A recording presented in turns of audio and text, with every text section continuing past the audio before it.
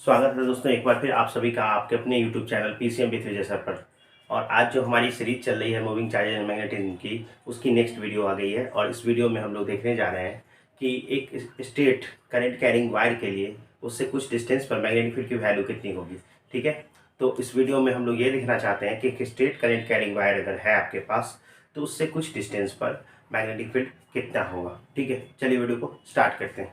ठीक है, तो यहाँ पर आप देख सकते हैं कि हमने क्या लिया है। तो एक्स वाई एक स्ट्रेट वायर है। एक्स वाई क्या है, एक स्ट्रेट वायर है। और इस वायर से कितना करंट फ्लो हो रहा है, तो इसका वायर से करंट आई फ्लो हो रहा है। ठीक है, इस वायर से करंट आई फ्लो हो रहा है। ठीक, अब आइए इस वायर से ए डिस्टेंस पर, है ना, इस वायर से स्मॉल ए डिस्टेंस पर पॉइंट पी पर, ठीक है, इस वायर से स्मॉल ए डिस्टेंस पर पॉइंट पी पर हमको मैग्नेटिक फील्ड निकालना है। ठीक है, क्या निकालना है, मैग्नेटिक फील्ड निकालना है। और इसके लिए हम लोग जानते हैं कि बायट सावर्ट लॉ का इस्तेमाल करने वाले हैं। तो बायट सावर्ट लॉ का इस्तेमाल करते थे तो हम लोग क्या लेते थे, करेंट एलिमेंट। क्या लेते थे, करेंट एलिमेंट। तो यहाँ पर एक करेंट एलिमेंट ले रहे हैं आईडीएल। कितना ले रहे हैं, आईडीएल। और आईडीएल जब करेंट एलिमेंट लेते हैं तो आप लोग को पता होगा कि इसको एज ए वेक्टर ट्रीट करते हैं और एक करेंट एलिमेंट होता है। तो इस आईडीएल करेंट एलिमेंट के लिए अब यहाँ से देखिए आर दूरी पर, यहाँ से परपेंडिकुलर डिस्टेंस वायर से कितना है, ए, जबकि यहाँ से जो डिस्टेंस होता था बायट सावर्ट लॉ में वो क्या होता था, आर। ठीक है, तो यहाँ पर हम लोग आर डिस्टेंस पर निकालना चाहते हैं। एंगल कितना होता था, तो आईडीएल और आर के बीच का एंगल कितना होता था, थीटा। आईडीएल और आर के बीच का एंगल होता था थीटा। ठीक है, तो एक्स वाई एक कंडक्टर है, हमारा स्ट्रेट कंडक्टर है जिससे करंट आई फ्लो हो रहा है। और इससे इसके वायर जो परपेंडिकुलर वहाँ से एल लेंथ पर नीचे जो है एक आईडीएल करंट एलिमेंट ले रहे हैं। और इस करंट एलिमेंट के कारण इस पॉइंट पर पी पर मैग्नेटिक फील्ड की वैल्यू निकाल रहे हैं। ठीक है, आइए इस इधर से दूरी कितनी है इसकी, तो आर है। ये दूरी कितनी है, तो ए है। अब यहाँ पर जो कोण बन रहा है वो कितना है, थीटा है। ठीक है, तो अब देखिए यहाँ पर एक ट्रायंगल बन रहा है M P N. M P N एक ट्रायंगल बन रहा है और एम पी एन ट्रायंगल में ये जो फाई है इसकी इस कोण की वैल्यू कितना ले रहे हैं हम लोग, फाइव। ये छोटा वाला कोण की वैल्यू ले रहे हैं फाइव। ठीक है, और इस कोण की वैल्यू फाइव ले रहे हैं यहाँ पर से। ठीक है, तो ये एंगल हमारा फाइव है। एंगल क्या है, फाइव है। अब चेक करते हैं कि अगर हम लोग को क्या करना है, हम क्या करना चाहते हैं, हम लोग मैग्नेटिक फील्ड निकालना चाहते हैं। ठीक है, और उसका देखेंगे कि किस तरह से हम इसको पहले तो एक स्मॉल करंट एलिमेंट के लिए निकाल लेंगे और जब आ जाएगा तो पूरा स्ट्रेट वायर के लिए चाहे वो कितना भी इनफिनाइट लेंथ का भी होगा तो भी निकाल सकते हैं। ठीक है, तो चलिए अब आते हैं। हम लोग जानते हैं कि from Biot Savart law, Biot Savart law ही लगाना है हमको। तो बायट सावर्ट लॉ क्या होता है, डीवी बराबर mu not by 4 pi I D L sine theta by R square. ये फॉर्मूला हम लोग लगाने चाह रहे हैं। तो हम लोग निकाल किसी भी टर्म में सकते हैं, लेकिन कॉम्प्लिकेशंस को आसान करने के लिए पहले हम लोग कुछ चीज़ों को सब्स्टिट्यूट करेंगे इस फिगर के अकॉर्डिंग। ठीक है, इस ट्रायंगल के अकॉर्डिंग। चेक करिए इस ट्रायंगल में from triangle P M N, देखिए पी एम एन जो है एक राइट एंगल ट्रायंगल है। तो इसमें कुछ पॉइंट्स हम लोग देख सकते हैं, टेन फाइव, यानी देखिए टेन फाइव, ये एंगल फाइव है। ठीक है, तो टेन फाइव अगर देखा जाए तो परपेंडिकुलर बाई बेस, अगर हम बात करें तो इस टेन फाइव एंगल के लिए क्या होगा, परपेंडिकुलर बाई बेस। ठीक है, तो टेन फाइव क्या होगा, एल बाई ए। ठीक है, देखिए परपेंडिकुलर कितना है, एल है, बेस कितना है, ए है, तो एल बाई ए। अब यहाँ से लिखना चाहेंगे हम लोग तो एल बराबर क्या लिख सकते हैं, तो ए इंटू टेन फाइव, एल बराबर ए इंटू टेन फाइव। ठीक है, सब जानते हैं एल बराबर ए इंटू टेन फाइव, यहाँ से हो जाएगा। अब चेक करते हैं कि अगर हम लोग को क्या चाहिए, अब हम लोग अगर इसको डिफ्रेंशिएट करते हैं, क्योंकि इस फॉर्मूले में डी एल को हम सब्स्टिट्यूट करना चाहते हैं। तो डी एल को सब्स्टिट्यूट करना चाहेंगे तो एल को फाइव के रिस्पेक्ट में अगर डिफ्रेंशिएट करते हैं तो डी एल बटे डी फाइव बराबर क्या होगा, ए, और टेन का होता है सेक स्क्वायर। टेन का क्या होता है, टेन थीटा का होता है सेक स्क्वायर थीटा। तो यहाँ पर टेन फाइव है तो सेक स्क्वायर फाइव, और इधर जो डी ए फाइव नीचे होता है उसको गुना में भेज दिए हैं डी फाइव। ठीक है, तो यहाँ से डी एल बराबर क्या होगा, a sec square phi d phi, और ये हो गया मेरा समीकरण 2। ठीक है, अब आइए चेक करते हैं, थीटा प्लस फाइव 90 डिग्री होगा। चेक करिए किसी भी ट्रायंगल में तीनों एंगल का सम क्या होता है, 180 डिग्री। तो यहाँ पर अगर ये 90 डिग्री हमारा हो चुका है, ये 90 डिग्री हो चुका है, तो बचा हुआ थीटा और फाइव का जोड़ कितने के बराबर होना चाहिए, 90 डिग्री के। तो theta plus five equal to 90 degree. तो यहाँ पर थीटा बराबर लिखना चाहेंगे तो क्या होगा, 90 माइनस फाइव।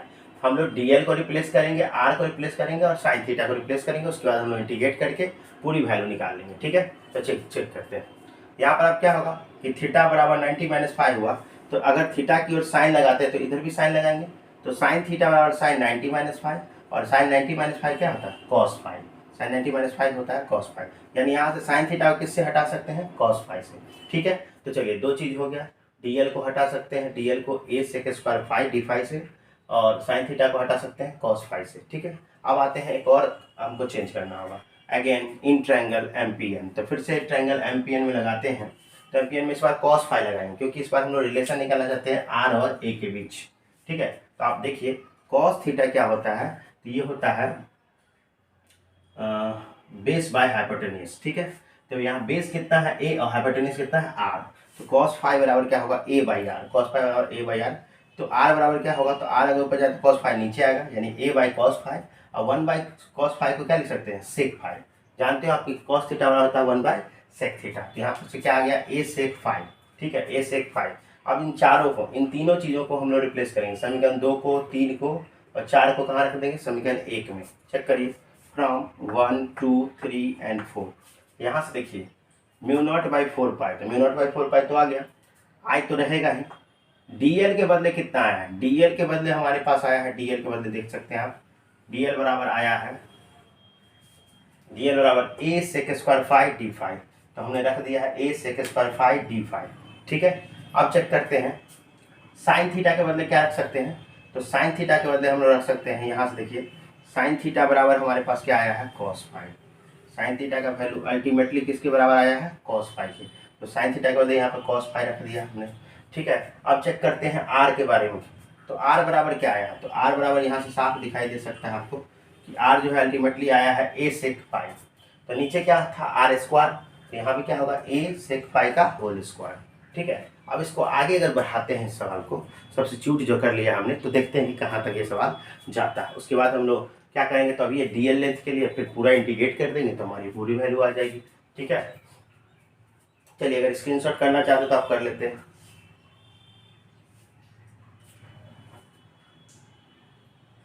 ओके, तो आइए इसको हम फिर से और आगे बढ़ाते हैं, किस तरह से इसको सॉल्व कर सकते हैं।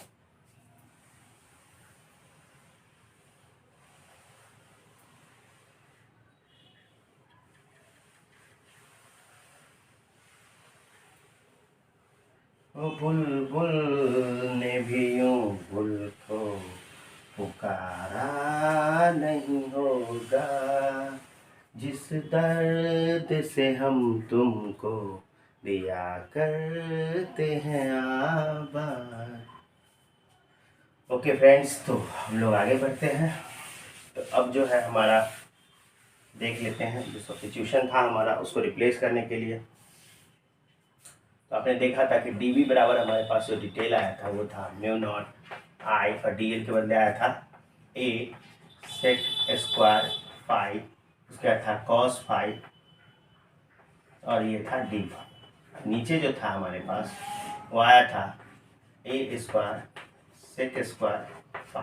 ठीक है, अब यहाँ से देखिए जो चीज़ें कटेंगी उसको काट देते हैं, तो एक ए से एक कैंसिल ए हो जाएगा, सेक स्क्वायर से सेक स्क्वायर कैंसिल आउट हो जाएगा, तो हमारे पास बचेगा क्या, तो mu not I cos phi d phi. ठीक है, और नीचे आ जाएगा ए, ये आ गया आपका डी की वैल्यू। लेकिन अगर हम चाहते हैं कि हम पूरे स्ट्रेट वायर के लिए पूरे लेंथ के लिए निकालें, तो आइए चेक करते हैं पूरे लेंथ के लिए कितना होगा। तो अगर हमको टोटल मैग्नेटिक फील्ड चाहिए तो हमको क्या करना होगा, इंटीग्रेट करना होगा। अब आइए चेक करते हैं, यहाँ पर एक चीज़ समझना होगा आपको, क्योंकि ये फाई जो है चेंज कर रहा है। अगर हम यहाँ पर खड़े हो जाते हैं और हम यहाँ से देखते हैं, तो मान लीजिए कि अगर हम यहाँ से देखते हैं तो यहाँ जो लास्ट छोर है इसको हम लोग पूरा एंगल को क्या मान सकते हैं फाई 1। ठीक है, क्योंकि नीचे इस लाइन से नीचे देखेंगे इसलिए इसको -φ1 भी ले सकते हैं, क्योंकि एंगल जो है नीचे, जब हॉरिजॉन्टल से नीचे देखते हैं तो निगेटिव, तो हॉरिजॉन्टल से ऊपर देखेंगे तो पॉजिटिव, और यहीं से अगर आप ऊपर देखते हो तो यहाँ इस एंगल को क्या कहोगे φ2 प्लस में। अब अगर कोई व्यक्ति क्या करता है कि यहाँ पे खड़ा हो जाता है यहाँ से, और आप ही सोचो कि आप यहाँ से खड़ा होकर इसको नीचे देखते चले जाओगे, तो एक समय ये एंगल बढ़ के कितना हो जाएगा 90। यानी कि अगर कोई यहाँ से देखना शुरू करता है और एकदम नीचे दिखने लगता है ऊपर, तो क्या होगा, ये मैक्सिमम एंगल कितना हो सकता है 90। ठीक है, तो ये एंगल कितना हो सकता है 90। ठीक है, तो आइए चेक करते हैं। हमको तो पहले यहाँ से देखना होगा कि हम लोग कहाँ से कहाँ ले रहे हैं, तो -φ1 से +φ2, तो यहाँ पर φ1 से φ2 तक लेना पड़ेगा, और आपका कितना है वैल्यू, तो mu not I cos phi d phi बटे ए। आप सभी जानते हैं कि इसमें से जो कांस्टेंट है वो इंटीग्रेशन के टाइम बाहर हो जाएगा, तो आइए चेक करते हैं कांस्टेंट क्या क्या है। म्यू नॉट आई बाई ए क्या है, कांस्टेंट है, तो म्यू नॉट आई बाई ए बाहर आ गया। अब देखिए कॉस फाई का, तो कॉस फाई का इंटीग्रेशन सभी जानते हैं, कॉस फाई का इंटीग्रेशन सीधे सीधे साइन फाई होता है। कितना होता है, साइन फाई। और एंगल कहाँ से कहाँ, तो -φ1 से φ2 तक।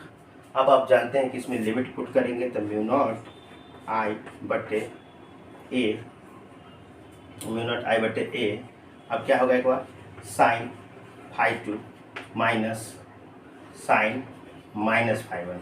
और सभी आप जानते हैं कि साइन माइनस थीटा भी माइनस साइन थीटा होता है ना। साइन माइनस थीटा जो होता है माइनस साइन थीटा, यानी कि माइनस बाहर आ जाएगा, माइनस बाहर आएगा तो ये कैसा हो जाएगा, ये हो जाएगा साइन φ2 और ये माइनस माइनस हो जाएगा प्लस साइन φ1।